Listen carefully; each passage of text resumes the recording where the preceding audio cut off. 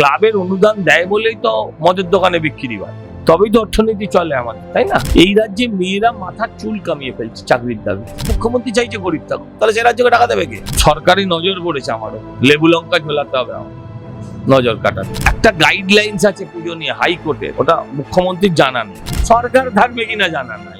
মানুষের জীবনের কোনো গ্যারেন্টি নেই, উনি বলে দিচ্ছেন সামনে বছর দেবে, সরকার থাকবে সামনে বছর। হ্যাঁ, আমরা ফেলি না ফেলি ভাইপো তো ফেলার জন্য বসেই আছে।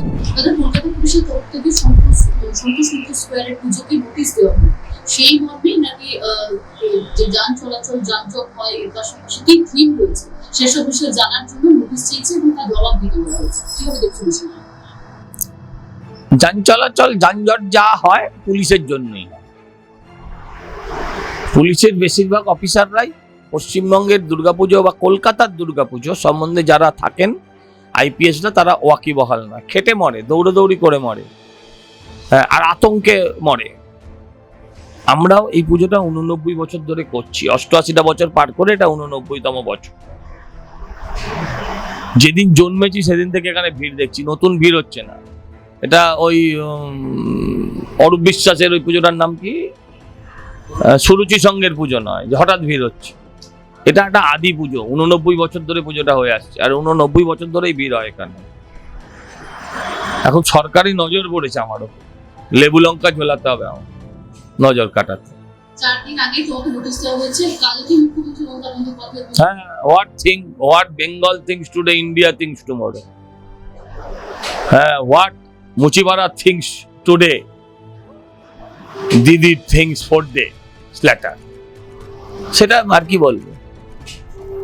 আচ্ছা, হঠাৎ করে বলছেন যে 100 ফুট উচ্চতা দেখতে পাচ্ছি না, 112 ফুট উচ্চতার যদি কিছু হয়ে থাকে সেটা সত্যিই ভুল। আমি পুজোকর্তা হিসেবে বলছি সেটা ঠিক। 112 ফুট মানে বা 110 ফুট বা 120 ফুট যাই হোক না কেন, যদি সত্যি হয়ে থাকে সেটা আপনার 11-12 তোলার সমান। ঝড় হলে তো পড়ে যাওয়ার সম্ভাবনা বেশি। এগুলো তো, এটা তো ঠিক না, এটা যেই করবে। আবার মুখ্যমন্ত্রী যে কোনো বলছেন সেটাও ঠিক না।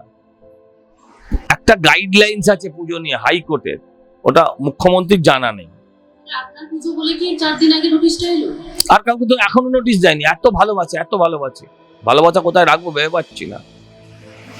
আচ্ছা, এর পাশাপাশি এর আগে 70,000 টাকা দেওয়া হতো পুজো 70 কেন, তার আগে 50 দিত, তার আগে 20 না 25 দিত, তার আগে 10 দিত। মুখ্যমন্ত্রীর মনে নেই যে প্রথম 10 দিয়েছিল। হ্যাঁ, দাঁড়িয়ে 85-তে দাঁড়িয়েছে, আবার পরের বছর সামনের বছর বলে দিচ্ছে এখন থেকে, তবেই তো ক্যাম্পেইনিং। শুনুন, আপনাকে তো মোট ডিভিডেন্ড আশা করতে হবে না, বেশি সুদ। এই যে এখন থেকে বলে দিলাম, সরকার থাকবে কিনা জানা নাই, মানুষের জীবনের কোনো গ্যারেন্টি নেই, উনি বলে দিচ্ছেন সামনে বছরে দেবে, সরকার থাকবে সামনে বছর। হ্যাঁ, আমরা ফেলি না ফেলি ভাইপো তো ফেলার জন্য বসেই আছে। ক্লাবের অনুদানগুলো কিভাবে দেখছেন? মোটছক দেখুন, ক্লাবের অনুদান দেয় বলেই তো মদের দোকানে বিক্রি হয়, তবেই তো অর্থনীতি চলে আমাদের, তাই না? পশ্চিমবঙ্গের আর অর্থনীতির তো কোনো জায়গা নেই, একটাই জায়গা। দুর্গাপুজোর অনুদানকে আর ক্লাবের অনুদান একভাবে ধরিনি। ক্লাবের অনুদান মানে 5 লাখ টাকা করে যেটা ছিল, আর দুর্গাপুজোকে অনুদান যেটা, সেটা আমরা যখন আমি তৃণমূলের সাথেও যুক্ত ছিলাম তখনও নিইনি। একবারই নিয়েছিলাম, তখন 1010 টাকা ছিল, তখন রাস্তায় বসে কেউ বিক্ষোভ করছিল না। না, দিতে চান না কেন? চান তো। আমরা গতবারও নিইনি, তার আগের বারও নিইনি, এবারও নেব না। যে রাজ্যে এখনো ছেলেমেয়েরা রাস্তায় বসে আছে, ডিএর দাবি করছে, হ্যাঁ, মানুষরা প্রায় রিটায়ারমেন্টের মুখে তারা ধর্নায় বসে আছে বছরের পর বছর, তাদের প্রাপ্য হকের দিয়ে পাচ্ছে না, সুপ্রিম কোর্টে দৌড়চ্ছে, সুপ্রিম কোর্ট থেকেও তারা হতাশ। আপনি একজন মেয়ে, আপনি ন্যাড়া হয়ে যাবেন যখন তখন? আপনি ভাবুন তো, মেয়েদের চুল অলংকারও নয়, মেয়েদের চুল অলংকারের সঙ্গে অহংকারও। এই রাজ্যে মেয়েরা মাথার চুল কামিয়ে ফেলছে চাকরির দাবিতে। সিলেকশন করে দিচ্ছে পুলিশ, মুখ্যমন্ত্রীর কথা বলছেন, কিভাবে দেখছেন? এরপরে বলবে পুরোহিত সিলেকশনও আমরা করে দেবো, ঠাকুর সিলেকশনও আমরা করে দেবো, হ্যাঁ, অসুরের মুখ কার মতো হবে, দুর্গার মুখ কার মতো হবে সেটাও আমরা সিলেকশন করে দেবো। আমরা বাঙালি হাঁ করে দেখবো, মানবো, হাততালি দেবো। আর কি করবো? গতকাল বাজেট নিয়ে মুখ্যমন্ত্রী বলেছেন বাংলা বাজেট থেকে বঞ্চিত। দুর্গাপুজো টু বাজেট, আচ্ছা বাংলা বাজেট থেকে বঞ্চিত কেন? ক্যান্সার মেডিসিনের দাম কমলে বাঙালি পাবে না বলে দিয়েছে। ইনকাম ট্যাক্সের যে বিন্যাস তাতে যদি অ্যাডভান্টেজ হয় তাহলে বাঙালি পাবে না বলে দিয়েছে।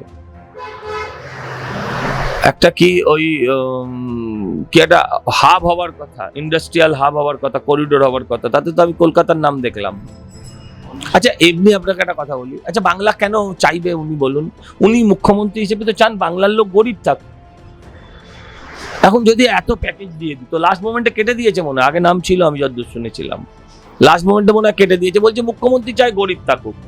সেই গরিবকে যদি এত প্যাকেজ দিয়ে দেয় বড় লোক হয়ে যাবে, তো মুখ্যমন্ত্রীর ব্যথা হবে তো। 21 সমাজে তিনি বলেছেন গরিব থাকুক। হ্যাঁ সেটা শুনেই তো ওরা পাল্টে দিয়েছে। পশ্চিমবঙ্গের নাম ছিল, ওটা শুনেই কেটে দিয়েছে, বলছে মুখ্যমন্ত্রী চাইছে গরিব থাকুক। তাহলে সে রাজ্যকে টাকা দেবে কে? বলছি বাড়িতে যা আছে খা। আর উনি এক সময় বলেছিলেন কি খাবি, হীরের ডালনা, সোনার চচ্চড়ি, সেগুলোর ভাই আর ভাইপোরা খাবে। আর আমরা বাড়িতে যা শাক পাতা আছে সেদ্ধ করে খেয়ে নেবো। এর পাশাপাশি আরো বলছেন যে এই বাজেট জনসাধারণ এবং গরিব মানুষের বিরুদ্ধে বাজেট হয়েছে। গরিব মানুষের বিরুদ্ধে বাজেট হয়েছে? উনি তো চান গরিব মানুষ থাকুক, মানুষ গরিব থাকুক। আর বলছে যে বাজেটে কিছু হয়নি। হ্যাঁ আপনি এমএসএমইতে এই বাজেট কতটা মানুষকে এগিয়ে নিয়ে যেতে সাহায্য করেছে আপনি দেখেছেন? মুদ্রা লোন 10 লাখ টাকা ছিল, সেটাকে 20 লাখ টাকা করেছে। এখন ও 10 লাখ আর 20 লাখ, ও তো 200 কোটি 400 কোটি বোঝে। এখন 10 লাখ 20 লাখ তোর মাথায় ঢোকে না। এই বাজেট কিছু করেনি, এই বাজেট কিছু করেনি, এই বাজেট কোনো জিনিসের দাম বাড়ায়নি, কমায়নি। এই বাজেট মানুষের কোনো স্বার্থে লাগবে না, কিন্তু উনি আগে থেকেই লিখে নিয়ে এসছেন। বাড়ি থেকে বেরোনোর আগেই উনি লিখে নিয়ে এসেছিলেন। বাজেট তখনও নির্মলা সীতারামন পড়েননি, তার আগেই লেখা হয়ে গেছিল। উনি বাজেটের বিরোধিতা করছেন, পাশাপাশি নীতি আয়োগের বৈঠকে যোগ দিতে যাচ্ছেন শুনুন। ওটা ওনার নীতি, আমি কি করব? আর এটা করতেও পারেন রাজনৈতিকভাবে। উনি হয়তো প্রথমবার যাচ্ছেন, আমার মনে হয় উনি বহু বছর যাননি, প্রথমবার না হলেও বহু বছর যাননি। হ্যাঁ আসলে নীতিও নেই, আয়োগও নেই, শেয়ার বেচারি নীতি আয়োগই